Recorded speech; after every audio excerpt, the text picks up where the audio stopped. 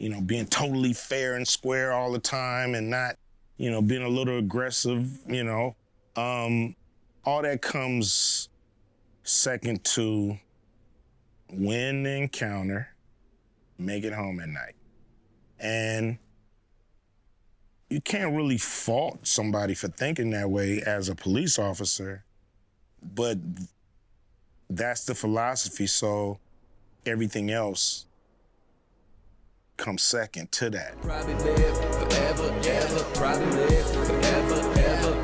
What's going on, family? Welcome back to the From the Bottom FS channel. If this is your first time watching, welcome. Shout out to all my subs and shout out to everybody showing love, man. So today we're gonna check out a video clip of Tucker Carlson and Ice Cube sitting down and having a conversation, and it's blowing everybody's mind because they're almost polar opposites.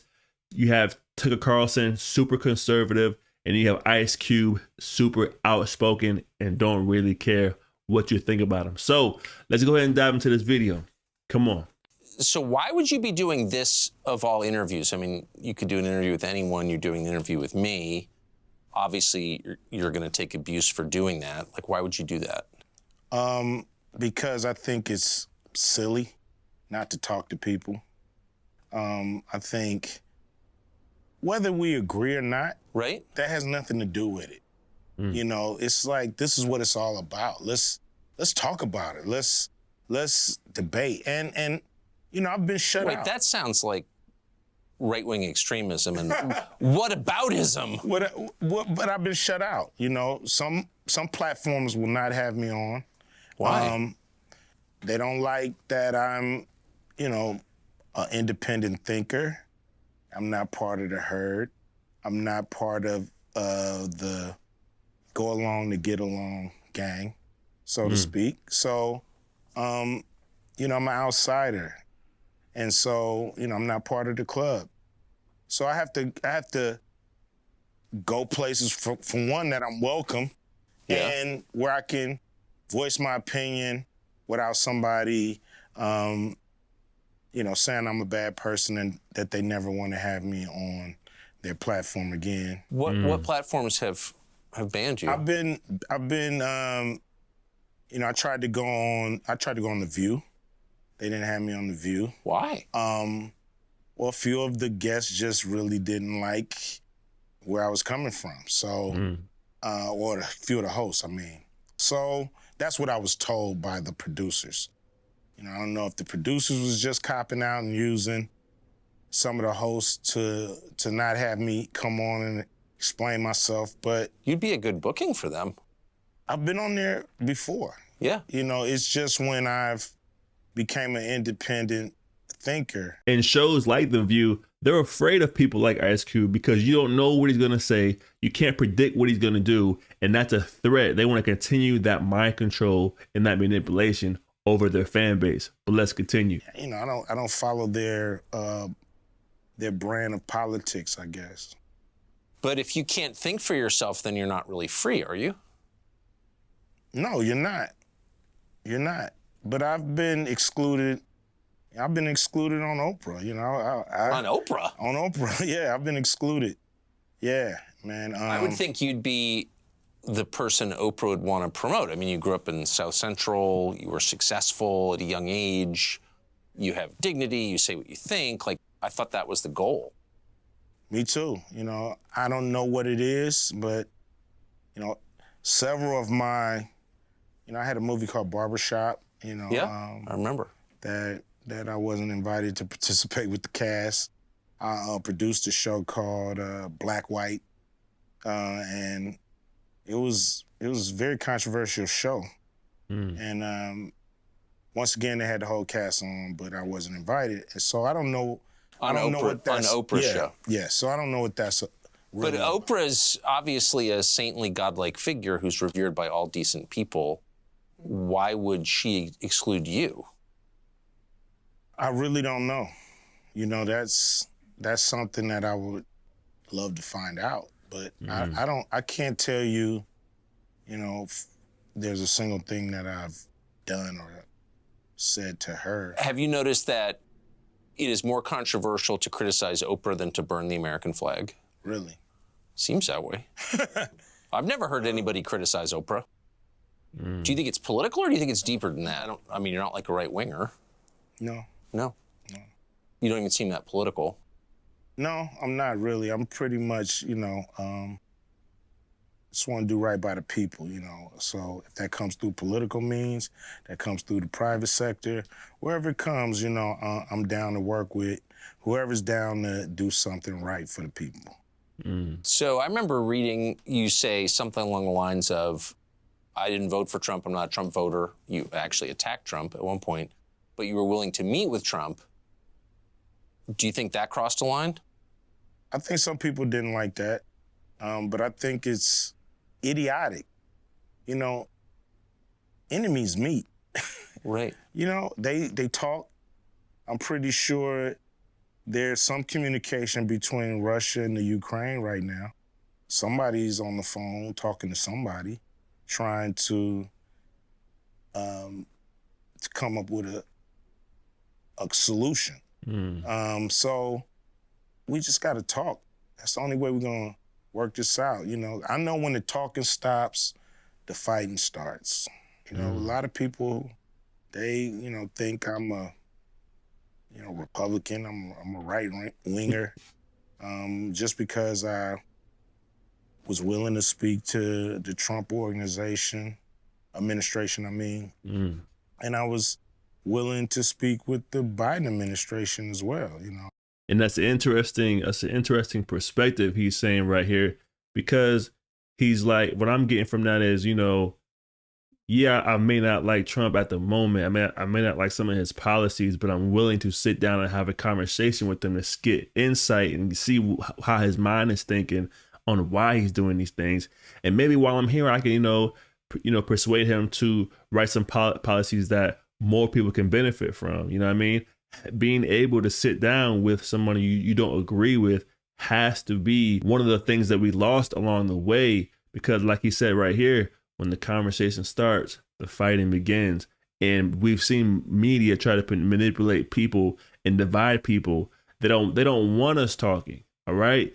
And the biggest takeaway is, he said, from his own people, they were saying, why are you sitting down with Trump? You this, you that, you conservative, what's going on with that? And, they almost to a certain extent outcasted him, which we've seen that before. We've seen that with Larry Elder. Now we're seeing this with Ice Cube. We've seen that throughout history. Thomas Sowell, a lot of black people, if they're able to sit down and just have a conversation with the opposite side, whether you agree or disagree on things, sometimes, and a lot of times, your own people will cast you out. You know what I mean? And that's a problem. We have to be able to have a conversation. And I was willing to speak with the Biden administration as well, Have you? One guy in the administration, but it didn't go anywhere. It was basically a, take my temperature kind of call. We'll get to it, but, they never got to it or never planned to. Right. Matter of fact, the guy left the administration, so after talking to him for a year or so, he was gone, and then, we were left really with no one to continue the conversations. What do you think of Biden? I don't think he's given the people who put him in exactly what they thought they were going to get from him. But his most loyal voters, according to the polls anyway, are black voters, particularly black women. And those numbers don't seem to change. So no matter what happens or doesn't happen. So do you expect they ever will change? Whether they become independents and not vote for anybody who's not bringing it. It's like people want your vote. They have to do something to earn it. If they don't earn it, why are you going down there and pulling that lever? Because the other side hates you. That's the pitch they make. We may suck, but the other side hates you. You're supposed to dance with the person you brought. Yeah. And the person that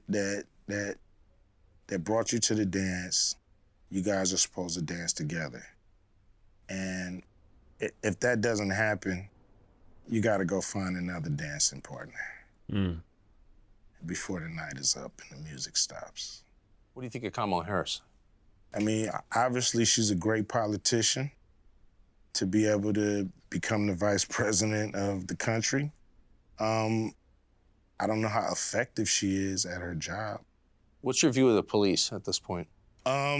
It's the same, you know. They, it really is, you know. It's like looking at, like, what's your view of the military? Like, they're the military. They're always gonna be the military.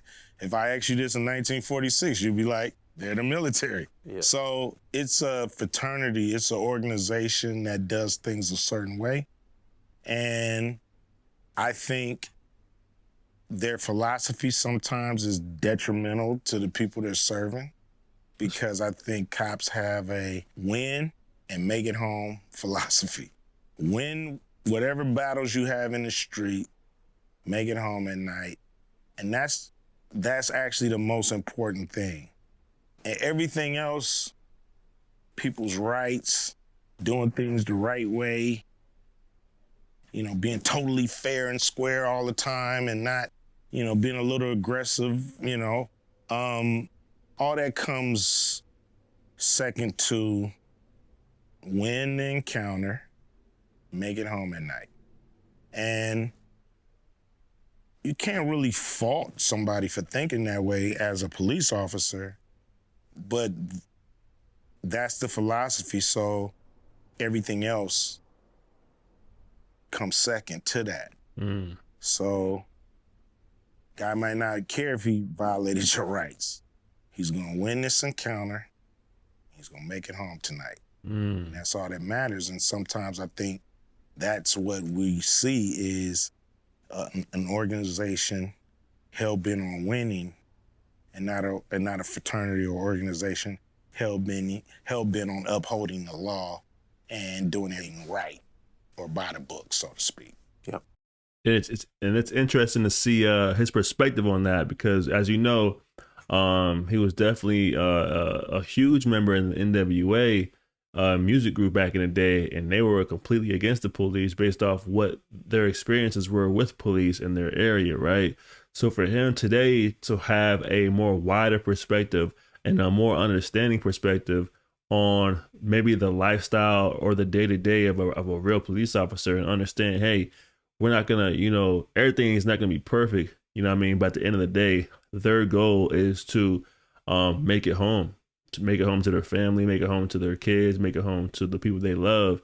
Everything in between comes second. And it sounds like Ice Cube actually understands this logic. You know what I mean? He gets that part, but he's also like, you know, we have to be able to uphold people's rights and put that right behind you making it home. We all want officers to make it home. No one wants to see officers get their, you know, life taken for senseless reasons. Not because they're police officers, but because they're human. They're humans. They're just like us. They're us with badges on. They're us with uniforms on, and they're just doing their job like everybody else is. You know what I mean? So I'm glad he spoke on that. That kind of adds insight to the growth of Ice Cube here.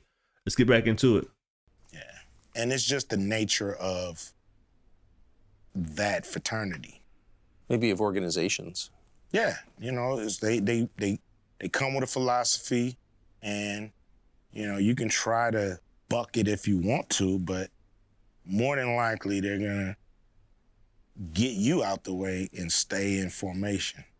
Do you think that it's harder to be a man in America now than it was when you were a kid? Yes. Saying what you feel. Good being question. Yourself, is what they call toxic. You know, we shouldn't be called toxic for our instincts and for, you know, I was born this way. What are you talking about? You know what I mean? Like, why can't we be ourselves? We were born this way too. So there are some groups, like if I say I'm trans, then people say, that's great, you were born that way, we affirm you. But if you say I'm just a dude with male instincts, You're not affirmed. You're attacked. Yeah, I mean, everybody doesn't really have to affirm you. You know, if I wake up and say, you know, I feel like a pigeon, and I want everybody to treat me like a pigeon. Some people may say, whatever, Q, we treat you like a pigeon. But some people may choose to be like, dude, no. That's your world. Yeah. I'm not part of it. And I have to be ready for that. It's a big world out here. Everybody doesn't have to adhere to me. Right. That's called narcissism, right? Yeah, it seems like it. Yeah. Seems like you're trying to bend the universe to your will. And it don't work like that. And to touch on what he was speaking about before with the masculinity being toxic, it does appear to be that way on every level, as from a young man to going to high school to college to becoming an adult, and is working in the day to day. It appears to me that, you know, our fundamental instincts as far as protecting, providing, and, you know, trying to lead, you know what I mean? All of those attributes are now seen as negative attributes and are seen as toxic traits. You can't tell me what to do. Who you think you are?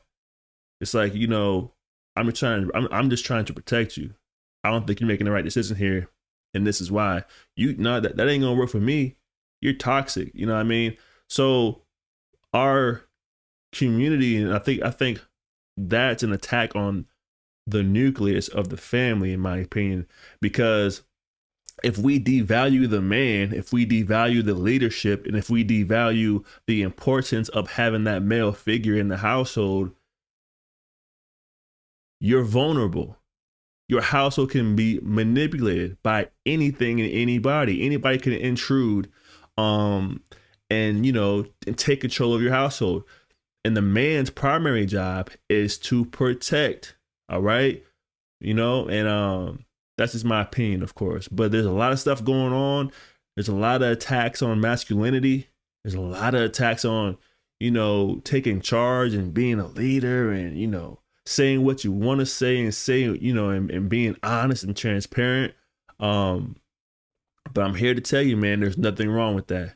I will continue to believe that, no matter what they try to prescribe to me or to us in the media, man. But let's keep it going. We've been talking almost all day now. You haven't mentioned race a single time. You've mentioned economics, rich and poor, a number of times. Do you think that we overplay the role of racial conflict in American life? Yes. I think race, it takes up too much space. There's people that we all have in our lives who are same race that we can't stand. And there's people in our lives from other races that we get along with way better. So it's not about race. It's not about color and gender and this and that. It's about who do you connect with? You know, who do you vibrate with? Mm-hmm. You know what I mean? I Who's do. on the same wavelength? Who wants to be the same kind of person? Who wants to do the right thing when you want to do the right thing? That's who you connect with. So I think a lot of people make a lot of money off of Race baiting. the racists fighting against each other and bickering. And they the ones who push it in our face all the time that we're separate. And Does feel like there's more of that, doesn't there? yeah, it seems like it's like you're stuck in a bad movie and you can't get out. Like you can't find the exit and it continues to play on the screen and you're just running around looking for the exit, and this bad movie continues to just haunt you day by day by day by day. You know, that's what we're caught in. And it's also like people are starting to wake up and realize the media here profits millions upon, if not billions of dollars in ad revenue and just watch time, all right, by race baiting people and races and putting us at odds against each other, just for their profit. They're willing to see us fight.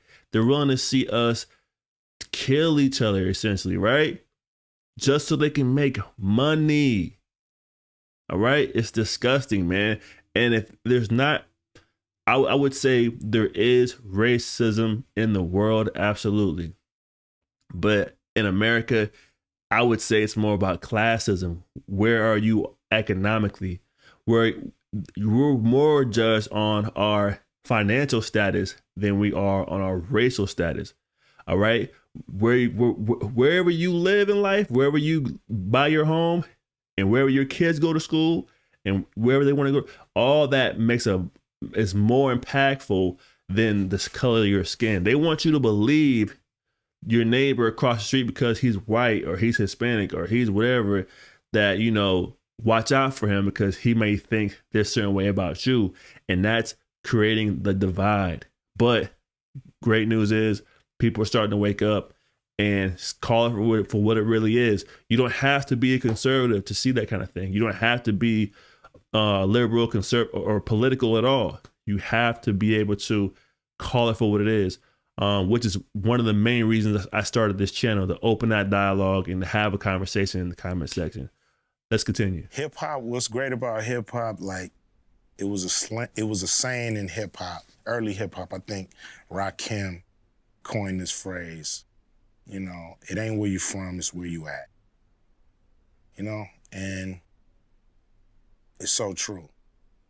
It's not about where you come from, it's about where you at right now. Right. So I'll post a full video here down in the comment section if you guys want to check it out. Who would have thought, right? Tucker Carlson sitting down with Ice Cube, just having a normal conversation, but covering so many important topics that we absolutely need to talk about, man. So until next time, you guys, be safe out there. Peace.